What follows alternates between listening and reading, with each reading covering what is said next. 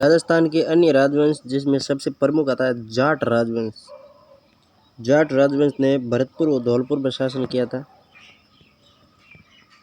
जाट मूलतः कृषक एवं एक मेहनतकश जाति है जो कृषि में कुशलता और अपनी वीरता के लिए प्रसिद्ध रही है। 18वीं शताब्दी में जाटों द्वारा राजनीतिक शक्ति प्राप्त करने के पूर्व सिंधु नदी के तट पर पंजाब, उत्तरी राजस्थान और यमुना के उत्तर की ओर चंबल के पार ग्वालियर तक का एक विशाल क्षेत्र जाटों का निवास था। राजस्थान के पूर्वी भाग भरतपुर, धौलपुर व डींग आदि क्षेत्रों में 18वीं शताब्दी के मध्य में जाट राजवंश का शासन था। यहाँ जाट शक्ति का उत्थान औरंगजेब के शासनकाल में हुआ है। औरंगजेब की नीतियों व कुछ आर्थिक कारणों को लेकर औरंगजेब के खिलाफ पहला संगठित विद्रोह आगरा, दिल्ली व मथुरा क्षेत्र में बसे जाटों ने किया। माना जाता है कि भरतपुर का नाम भगवान श्री राम के भाई भरत के नाम पर रखा है। राम के भाई लक्ष्मण भरतपुर के जाट राजवंश के कुल देवता हैं। भरतपुर के जाट राजवंश के कुल देवता लक्ष्मण हैं। शाहजहां के शासनकाल के अंतिम दिनों में मुगल साम्राज्य में अराजकता की स्थिति का लाभ उठाते हुए अलीगढ़ परगने के जाटों ने नंदराम के नेतृत्व में संगठित होकर राज्य को कृषि कर देना बंद कर दिया। औरंगजेब ने बादशाह बनते ही विद्रोही जाटों के विरुद्ध सैनिक कार्रवाई की और अंत में 1660 में नंदराम ने औरंगजेब के समक्ष आत्मसमर्पण कर दिया। गोकुला जाट औरंगजेब की नीतियों के फलस्वरूप 1669 ईस्वी में मथुरा क्षेत्र के जाटों ने तिलपति के स्थानीय जाट जमींदार गोकुला के नेतृत्व में जाट विद्रोह किया। मुगल फौजदार हसन अली खान ने इस जाट आंदोलन को कुचल दिया। गोकुला को बंदी बनाकर उसकी हत्या कर दी। ब्रज इसके बाद सिनसिनानी ग्राम डींग के जमींदार खानचंद के पुत्र ब्रज ने जाटों को संगठित कर मुगल प्रशासन को परेशान किया। उसने डींग के निकट आऊ के शाही थाने पर अधिकार कर लिया। अंत में ब्रज अपने ग्राम सिनसिनी की मुगल सेना से रक्षा करते हुए मारा गया। अब इस टर्न में क्वेश्चन आया तो सिनसिनवार वंश का शासन किस स्थान पे? तो सिनसिनवार यह हो गया भरतपुर में। राजाराम जाट गोकुला की मृत्यु के बाद राजाराम ने इस क्षेत्र के जाटों का नेतृत्व किया। 1685 में राजाराम के नेतृत्व में दूसरा जाट विद्रोह हुआ। राजाराम ने सिकंदर आगरा में स्थित अकबर के मकबरे को खोदकर उसकी हड्डियों को जला लिया। औरंगजेब ने आमेर नरेश राम सिंह प्रथम को मथुरा का फौजदार नियुक्त कर उसे जाटों के इस विद्रोह को शांत करने का कार्य सौंपा। राम सिंह की जल्दी मृत्यु हो जाने पर उसके पुत्र बिशन सिंह को जाटों का दमन का कार्य सुपुर्द किया। आमेर के बिशन सिंह व औरंगजेब के पौत्र बीदरबख्श ने 1688 में राजाराम को परास्त किया। इस बीच राजाराम की मृत्यु हो गई। अब उसके पुत्र फतेह सिंह ने जाटों का नेतृत्व संभाला, परंतु वह बिशन सिंह द्वारा पराजित कर दिया गया और सिनसिनी पर कछवा शासन बिशन सिंह का अधिकार हो गया। चूड़ामन 1695 से 1721 में भरतपुर के स्वतंत्र जाट राजवंश का संस्थापक चूड़ामन को माना जाता है। भरतपुर के स्वतंत्र जाट राजवंश का संस्थापक चूड़ामन था। चूड़ामन योग्य नेता और कुशल राजनीतिज्ञ था। उसने अपनी अभूतपूर्व संगठन क्षमता, विलक्षण बुद्धि व रण चातुर्य से अब तक चल रहे जाट आंदोलन में संजीवनी का संचार किया। चूड़ामन ने मथुरा एवं आगरा के मुगल इलाकों में लूटमार कर मुगल शक्ति को झकझोर दिया। चूड़ामन ने रसूलपुर को अपना कार्यक्षेत्र चुना। उसने राजपूतों से राहिरी तथा राजगढ़ के कस्बे छीन लिए। उसके बाद सोखेर, उज्जैन, सोगर, कांसोड़ में अपने थाने कायम कर दिए। चूड़ामन की इन गतिविधियों से परेशान होकर मुगल बादशाह औरंगजेब ने आमेर शासक बिशन सिंह को चूड़ामन का दमन करने भेजा। बिशन सिंह ने जाटों के एक शक्तिशाली सरदार उदा को अपने पक्ष में कर लिया। वह चूड़ामन के कुछ गढ़ियों पर भी अपना आधिपत्य स्थापित कर लिया, पर उसे पूर्ण सफलता नहीं मिली। बिशन सिंह के चले जाने से चूड़ामन ने पुनः खुद को शक्तिशाली बना लिया और 1704 में एक बार फिर उसने सिनसिनी ग्राम डींग पर अधिकार कर लिया।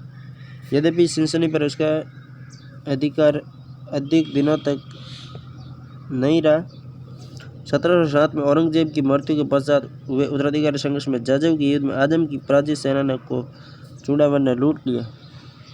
इसके बाद वह मुगल बादशाह बहादुर शाह की सेवा में उपस्थित हो गया। बहादुर शाह ने भी खुश होकर उसे 1500 जात एवं 500 सवार की मनसब प्रदान कर सम्मानित किया। उसे दिल्ली आगरा शाही मार्ग पर नियंत्रण रखने का दायित्व भी सौंपा। चूड़ामन ने मुगल सूबेदार को 1708 ईस्वी के सांबर के युद्ध में राजपूतों को पराजित करने में मदद की। मुगल शासक जहांदार शाह के समय चूड़ामन ने पुनः शाही राजमार्गों को लूटना प्रारंभ कर दिया। फर्रुख शेर के समय जाटों व मुगलों के संबंध बिगड़ चुके थे। फर्रुख शेर ने पहले आगरा के सूबेदार छाबीला राम व बाद में खान ए दौरा को जाटों के दमन का काम सौंपा। खान ए दौरा ने चूड़ामन को मुगल दरबार में उपस्थित होने के लिए राजी कर लिया। सितंबर 1713 को चूड़ामन मुगल दरबार में उपस्थित हुआ। फर्रुख शेर ने उसे माफी देकर राव की उपाधि दी तथा बारामूला से सिकंदरा तक के शाही मार्ग की राहदारी की वसूली का अधिकार दे दिया, मगर कुछ समय बाद ही उसे लूट मार का रास्ता अख्तियार कर लिया।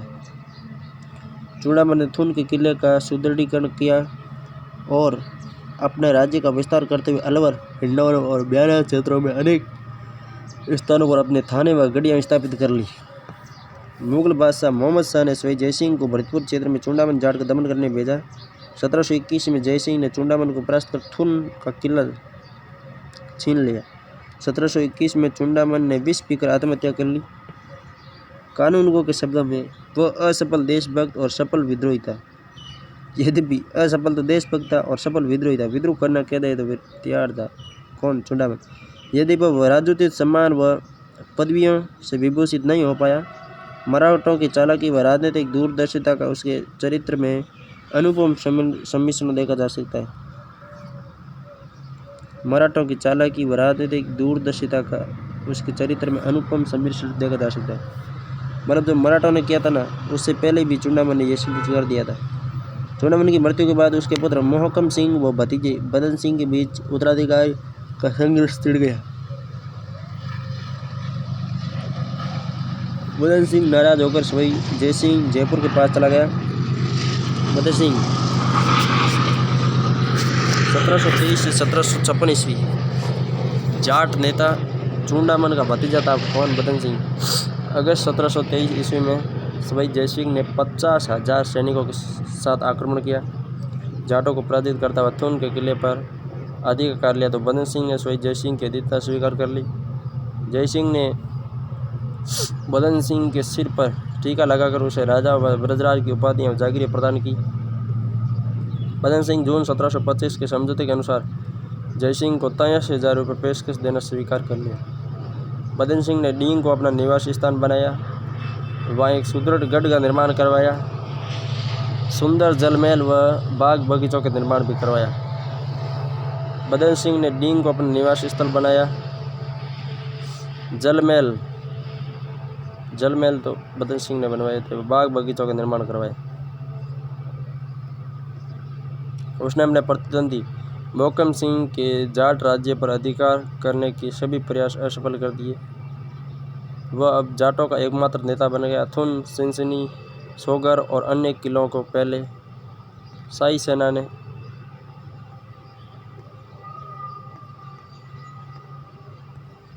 नष्ट कर दिया था। अब उसके स्थान पर बदन सिंह ने डींग, कुमेर, भरतपुर और वेर दुर्गों का निर्माण करवाया। इन्होंने वृंदावन में एक मंदिर, डींग के किले में कुछ सुंदर महलों का निर्माण करवाया। जयसिंह के आगरा के सूबेदार बनने पर उसने बदन सिंह को दिल्ली, आगरा और जयपुर के शाही मार्गों की रक्षा का कार्य सौंपा। 1730 में बदन सिंह ने मेवात क्षेत्र में मेवों का दमन कर जयसिंह को प्रसन्न किया। बदन सिंह शांतिप्रिय शासक था। उसने जाट, कच्छ व मैत्री स्थापित कर अपने राज्य का विस्तार किया। उसका ज्येष्ठ पुत्र सूरजमल बड़ा योग्य सेना नायक था। बदन सिंह के शासनकाल में सेना का संचालन व संगठन का कार्य सूरजमल के हाथ में था। बदन सिंह को सूरजमल कहता है कि ऐसा करना है, हाँ ठीक है तो आप करो जैसे भी करो। नवंबर 1745 ईस्वी में उसके दूसरे पुत्र प्रताप सिंह, जिसे उसने वेर का राज्य दे रखा था, की मृत्यु हो गई। इस घटना के बाद बदन सिंह राजकार्य से पूरी तरह विरक्त हो गया और उसमें उसने अपने योग्यतम पुत्र सूरजमल को शासन का कार्य सौंप दिया। जून 1756 को डींग में बदन सिंह का देहांत हो गया। सूरजमल 1756 से 1763 ये बदन सिंह का पुत्र था सूरजमल। 1756 से 1763। बदन सिंह के समय सेना का नेतृत्व सूरजमल के हाथ में था, जिनके बचपन का नाम सुदान सिंह था।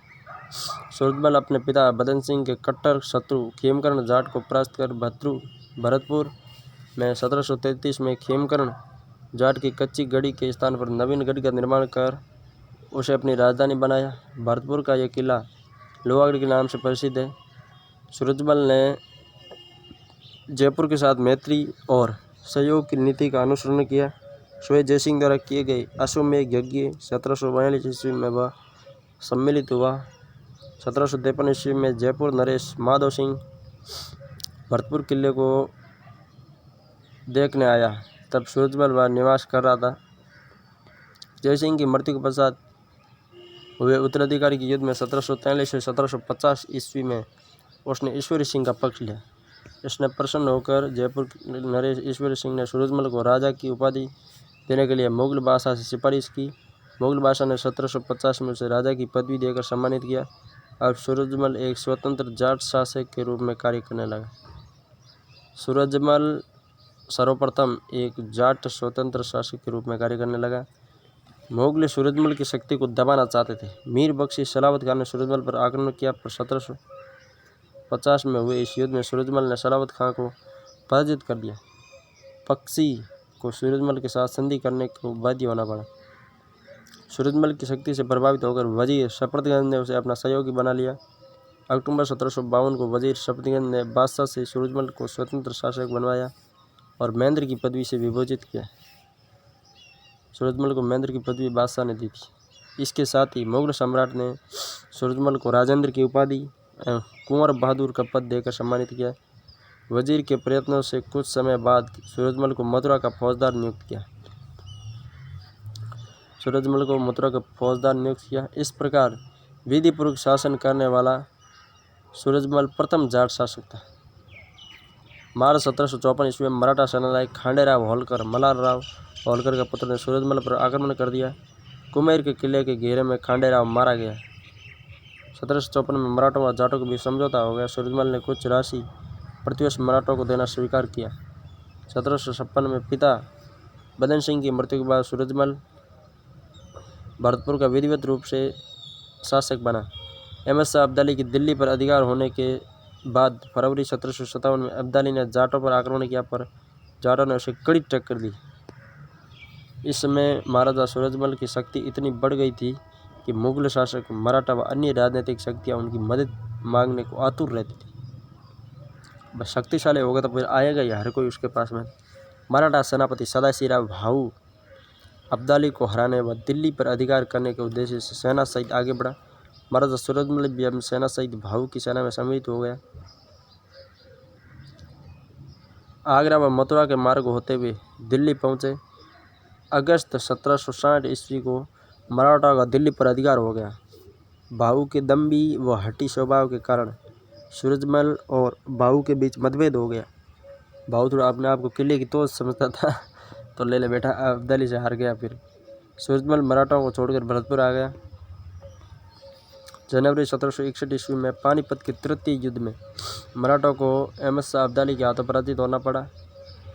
लगभग 50,000 मराठे अपने परिवारों सहित सूरजमल की शरण में आ गए। अब्दाली की चेतावनी के बाद भी सूरजमल ने मराठा सरदारों को अब्दाली को नहीं सौंपा। इतिहासकारों ने सूरजमल के इस कार्य की प्रशंसा की। अब्दाली मराठों की सहायता किए जाने से सूरजमल से नाराज था। वह सूरजमल पर आक्रमण करना चाहता था, पर उसके सैनिक इसके लिए तैयार नहीं थे। अंततः मार्च 1761 में अब्दाली ने भारत छोड़ने का निर्णय लिया।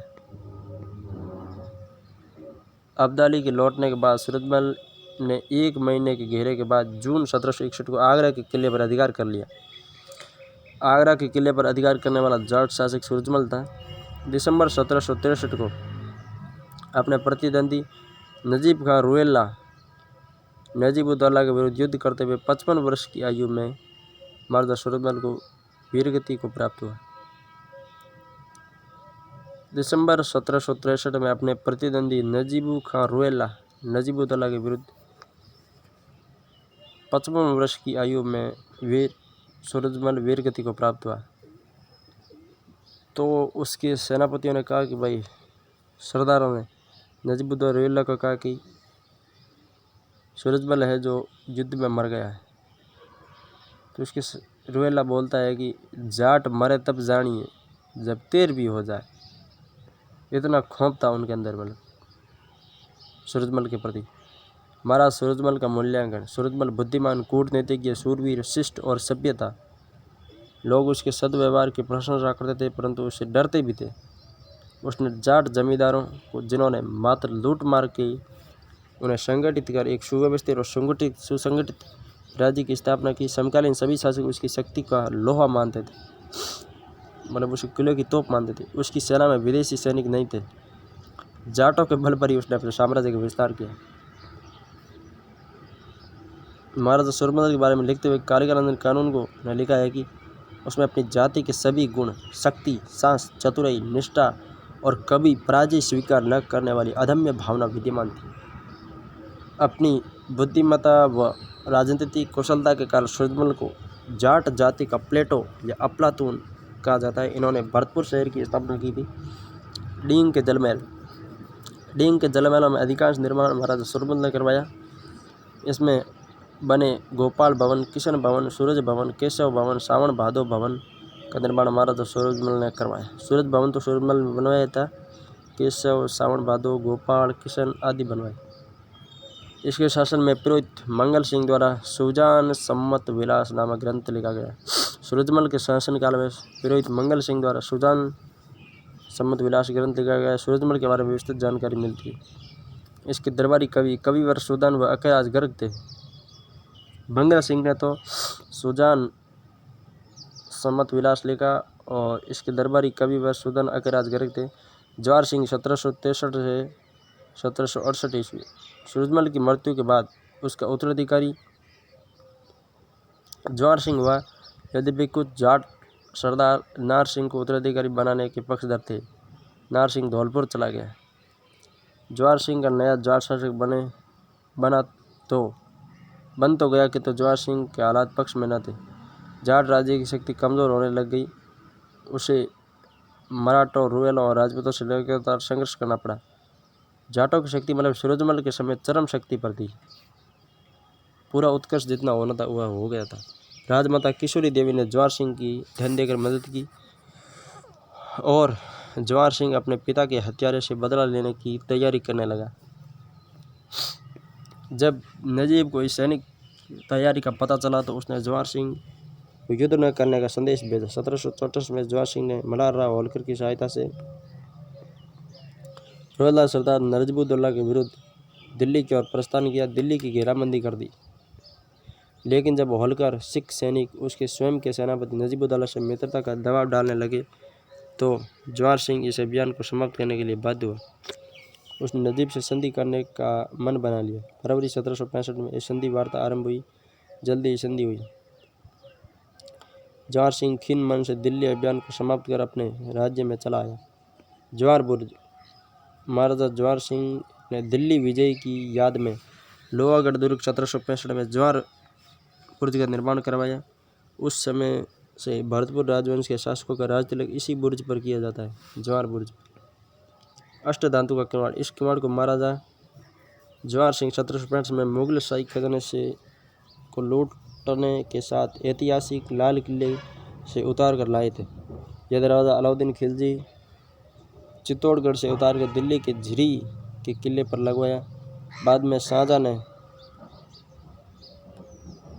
अलाउद्दीन ने चित्तौड़ के दिल्ली के झिरी में लगाया। शाहजहां ने लाल किले पर लगवाया, जहाँ से उतार कर जवाहर सिंह ने भरतपुर के लोहागढ़ दुर्ग में उत्तरी प्रवेश द्वार पर लगाया। ये मुख्यतः चित्तौड़ का दरवाज़ा था। जवाहर सिंह ने अपने सरदारों पर बल प्रयोग करके उन्हें जेल में डाल दिया एवं उनसे धन वसूला। सेना में जाटों के वर्चस्व को समाप्त करने की दृष्टि से जवाहर सिंह ने अपनी सेना में विदेशी सिपाहियों की भर्ती शुरू कर दी। इसके शासनकाल में वैर भरतपुर के जागीरदार बहादुर सिंह ने एक स्वतंत्र शासक की तरह कार्य करना शुरू कर दिया था।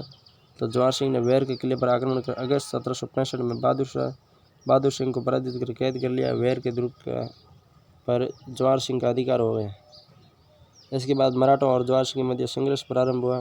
मराठों ने जवाहर सिंह के विरोधी नार सिंह का समर्थन किया, पर 1766 में जवाहर सिंह ने धौलपुर पर अधिकार कर लिया और नार सिंह की शक्ति समाप्त कर दी। जवाहर सिंह ने गोहद के राणा छत्रसाल जाट की भी मराठों के विरुद्ध मदद की। जवाहर सिंह के मराठा विरोधी गतिविधियों से पेशवा भी चिंतित हो गया। उसने जवाहर सिंह से संधि करना हितकर समझा। सितंबर 1767 में जाट मराठा संधि हुई। जाट मराठा संधि सितंबर 1767 को हुई। संधि के तहत जिगनी, जतलवार, तंवरधार, सिकरवार के मराठा थे जवाहर सिंह को समर्पित किए गए। जिगनी, जतलवार, तंवरधार, सिकरवार मराठा क्षेत्र जवाहर सिंह को सुपुर्द हुए। जवाहर सिंह ने मराठों को उत्तरी भारत से निकलने के लिए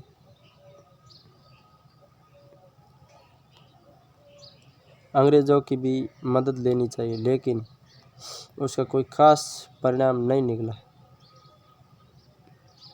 मावंडा मंडोली का युद्ध। जवाहर सिंह ने मारवाड़ के विजय सिंह से अपने संबंधों को प्रकट किया ताकि संयुक्त रूप से मराठों पर कार्रवाई कर सके। दिसंबर 1767 को दोनों शासक पुष्कर में मिले और एक दूसरे के पगड़ी बदल भाई बने। इस अवसर पर जयपुर के शासक माधो सिंह प्रथम को भी आमंत्रित किया गया, पर जाट शासक जवाहर सिंह से अपने विरोध के कारण वह नहीं आया। पुष्कर से वापस लौटते समय जवाहर सिंह की सेना पर माधो सिंह प्रथम की सेना ने सीकर के मावंडा मंडोली गांव के पास आक्रमण कर दिया, जिसमें जवाहर सिंह की सेना ने कछवाओं को पराजित होना पड़ा। जवाहर सिंह मराठों के विरुद्ध कोई प्रभावी कार्रवाई कर पाता उससे पहले अगस्त 1768 में उसकी मृत्यु हो गई। उसके बाद रतन सिंह। जवाहर सिंह की मृत्यु के बाद उसका छोटा भाई रतन सिंह शासक बना। 9 माह के शासनकाल के बाद 1779 में रूपानंद गोसाई ने वृंदावन में उसकी हत्या कर दी।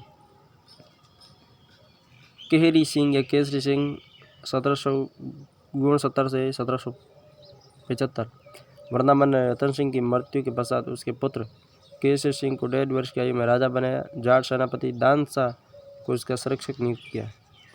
रतन सिंह के भाई नवल सिंह और रणजीत सिंह इस व्यवस्था से प्रसन्न नहीं थे। जैसे ही अवसर मिला उन्होंने केसरी सिंह के संरक्षक का अंत कर दिया। इसके बाद भरतपुर राज्य में राजगद्दी को लेकर के युद्ध प्रारंभ हुआ, जिससे भरतपुर राज्य की शक्ति का हास्य हुआ। नवल सिंह व रणजीत में केसरी सिंह के संरक्षक बनने को लेकर संघर्ष प्रारंभ हो गया। भरतपुर राज्य की स्थिति का फायदा उठाकर मराठों ने रणजीत सिंह का समर्थन किया। अप्रैल 1770 में जाटों पर आक्रमण कर नवल सिंह को परास्त किया। नवल सिंह ने नजीब से गुप्त संधि की। बाद में मराठों ने भी नवल सिंह से सितंबर 1770 में क्षतिपूर्ति राशि लेना तय कर दिया, समझौता कर लिया। अक्टूबर 1773 में मुगल सेनापति नजब खान ने नवल सिंह पर आक्रमण किया। परसाना नामक स्थान पर युद्ध हुआ। इसमें नवल सिंह को नजब खान के हाथों पराजित होना पड़ा। जाटों का खजाना, तोपखाना व हाथी घोड़े मुगलों के हाथ लग गए। बरसाने के बाद कोटवा नगर पर बाद में फरवरी 1770 में आगरा के किले पर भी मुगलों का अधिकार हो गया। 1774 में आगरा के किले पर वापस मुगलों का अधिकार हुआ। यानी सूरजमल ने पहले आगरा का किला था वो अपने अधिकार में रखा था। 11 अगस्त 1775 डींग के किले में नवल सिंह की मृत्यु हो गई।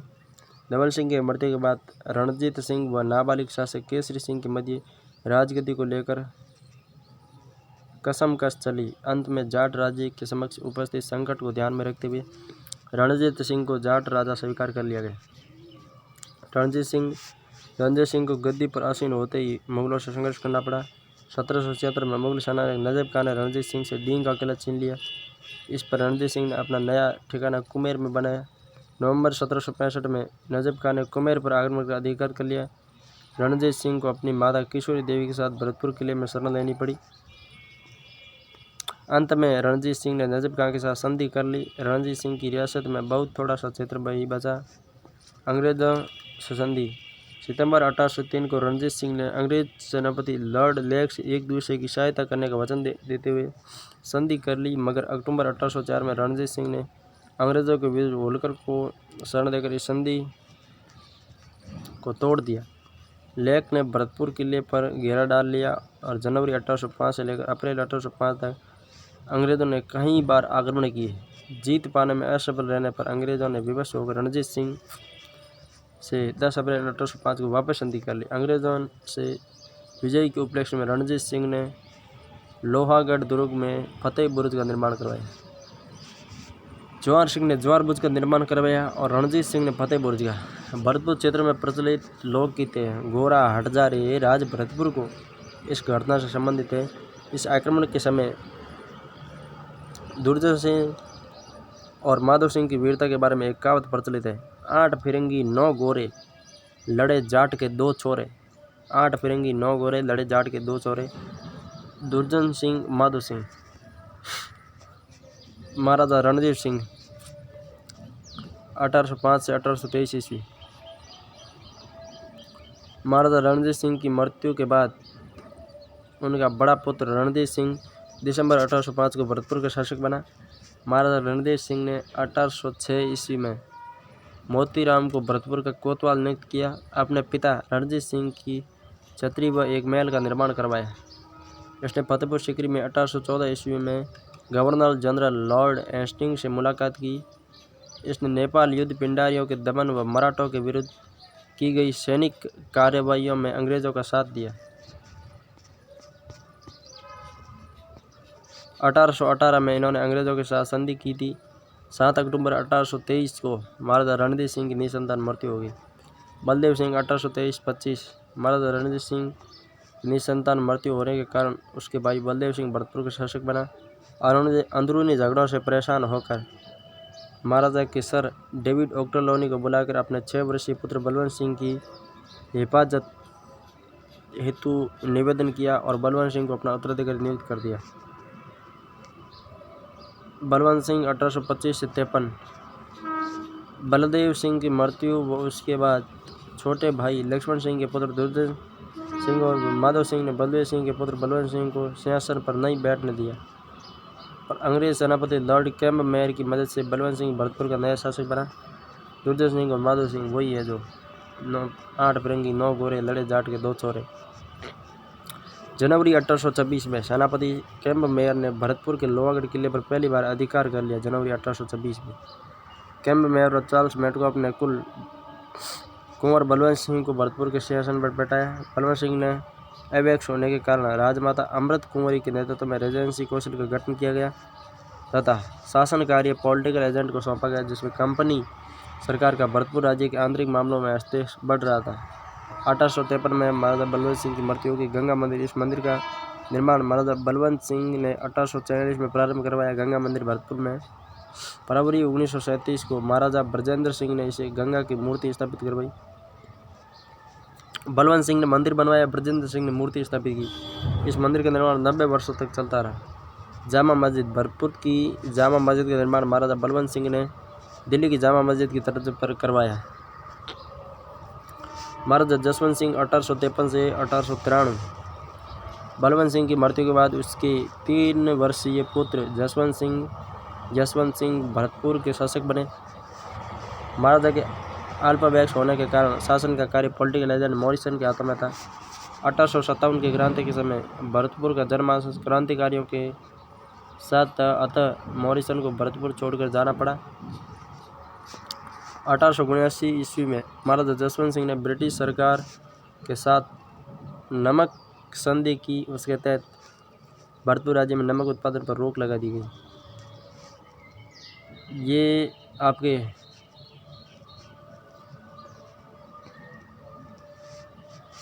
1890 में ब्रिटिश सरकार ने महाराजा जसवंत सिंह की तोपों की सलामी 17 से बढ़ाकर 19 कर दी गई। दिसंबर 1893 ईस्वी में जसवंत सिंह का निधन हो गया। तोपों की सलामी 17 से बढ़ाकर 19 कर दी। महाराजा राम सिंह 1893 से 1900 ईस्वी। महाराजा जसवंत सिंह की मृत्यु के बाद उसके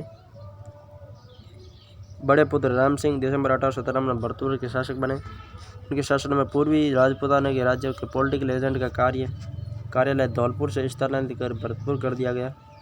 महाराजा राम सिंह 1900 ईस्वी में माउंट आबू में अपने निजी सेवक की हत्या कर दिया, तो ब्रिटिश सरकार ने उन्हें भरतपुर की गद्दी से हटाकर दिल्ली छावनी में भेज दिया। 1939 में राम सिंह की मृत्यु होगी। किशन सिंह 1900 से 1929।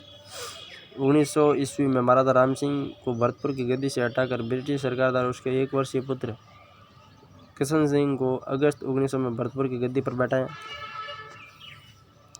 किशन सिंह के लालन पालन का दायित्व राजमाता गिरिराज कुमारी के हाथ में था।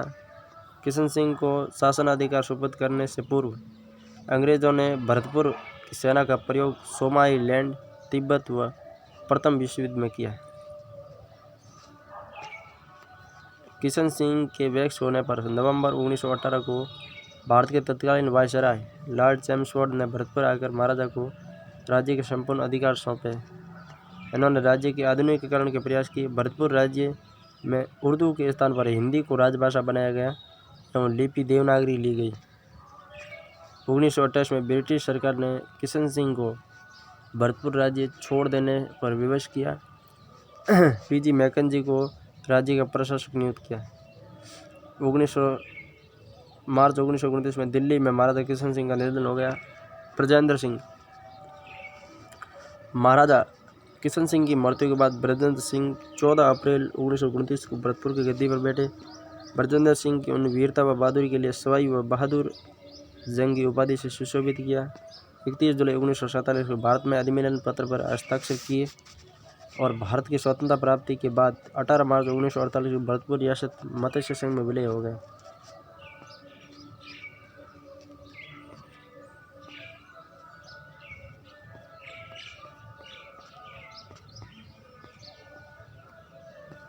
धौलपुर का जाट राजवंश। धौलपुर राजस्थान का पूर्वी भाग में धौलपुर राजस्थान के पूर्वी भाग में राजस्थान में जाट शासकों के दिन भरतपुर के अलावा दूसरी रियासत धौलपुर थी। जिस प्रकार भरतपुर जाट राजवंश का उद्भव सिनसिनी गांव से हुआ, उसी प्रकार धौलपुर के जाट राजवंश का उद्भव मध्य प्रदेश के गोहद गांव से माना जाता है। भरतपुर जाट राजवंश का उद्भव सिनसिनी गांव से माना जाता है। मध्य प्रदेश के जाट धौलपुर के जाट राजवंश का उद्भव मध्य प्रदेश के गोहद गांव से। गोहद में 16वीं शताब्दी में जाट राजा महान सिंह ने एक किला बनवाया। प्रारंभ में गोहद ने जाट शासकों के मराठों से अच्छे संबंध थे। बाद में मराठा व अंग्रेज आक्रमणों का सामना करना पड़ा। 1761 में पानीपत के तृतीय युद्ध में उलझे हुए मराठों की स्थिति का फायदा उठाकर गोहद ने राणा भीम सिंह ने मराठों के ग्वालियर सहित कई किलों पर अपने अधिकार में ले लिए। राणा भीम सिंह की मृत्यु के बाद उनका भतीजा लोकेंद्र सिंह गोहद का शासक बना। 1767 में मराठा पेशवा माधवराव ने लोकेंद्र सिंह से खिराज वसूलने के लिए गोंद पर आक्रमण किया। खिराज के बदले में पेशवा ने राणा को गोंद का स्वतंत्र राजा बनाने का आश्वासन दिया। प्रथम आंग्ल मराठा युद्ध के दौरान 1779 ईस्वी में कंपनी सरकार ने गोंद का क्षेत्र व ग्वालियर दुर्ग मराठों से छीनकर लोकेंद्र सिंह को दे दिए। 1782 में माजी सिंधिया ने आक्रमण कर गोंद व ग्वालियर पर फिर से अधिकार कर लिया और लोकेंद्र सिंह को बंदी बना लिया। यहाँ कैद में रहते हुए लोकेंद्र सिंह की मृत्यु हो गई। कीरत सिंह 1805 से 1836 में द्वितीय आंग्ल मराठा युद्ध के दौरान जनवरी 1804 को कंपनी सरकार ने माजी सिंधिया को हराकर पुनः गोहद व ग्वालियर पर अधिकार कर लिया। राणा लोकेंद्र सिंह के पुत्र कीरत सिंह को गोहद के शासक बनाया। अंग्रेजों से संधि। कीरत सिंह ने भी मराठों से सुरक्षा प्राप्त करने के लिए 29 जनवरी 1804 को अंग्रेजों के साथ सहायक संधि की। 22 नवंबर 1804 को माजी सिंधिया व अंग्रेजों के मध्य संधि हो गई, जिसके बाद कंपनी ने गोहद व ग्वालियर वापस माजी सिंधिया को लौटा दिए। साथ ही 1805 ईस्वी में ग्वालियर रियासत में धौलपुर, बाड़ी व राजाखेड़ा परगने अलग कर धौलपुर रियासत का गठन किया गया एवं कीरत सिंह को धौलपुर का रियासत का शासक बनाया गया। 1836 में महाराजा कीरत सिंह का स्वर्गवास हो गया।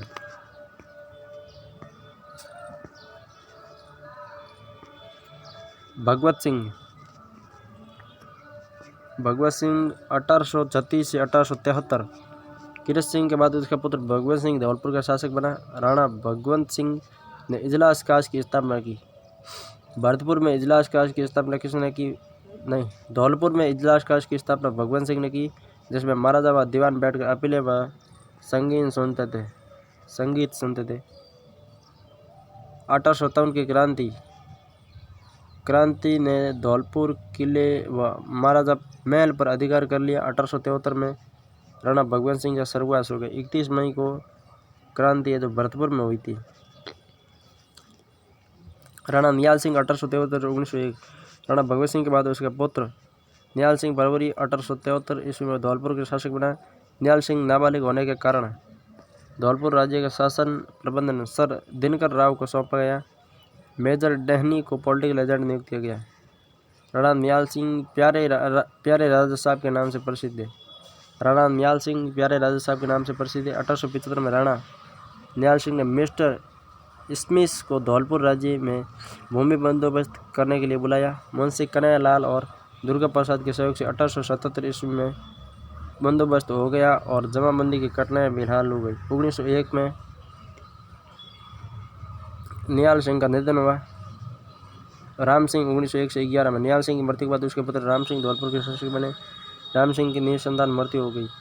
उदय भान सिंह राणा राम सिंह की 1911 में निसंतान मृत्यु होने के बाद उसके छोटे भाई उदय भान सिंह को धौलपुर का शासक बनाया गया। नरेंद्र मंडल के सदस्य थे। इन्होंने बीकानेर महाराजा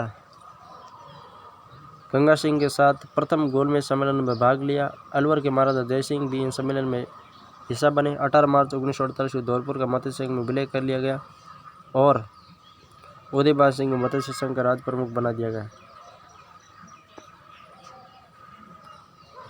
भरतपुर शहर की स्थापना किसने की? महाराजा सूरजमल ने। महाराजा सूरजमल किस राज्य के शासक थे? भरतपुर के। महाराजा सूरजमल का अन्य नाम था सुजान सिंह।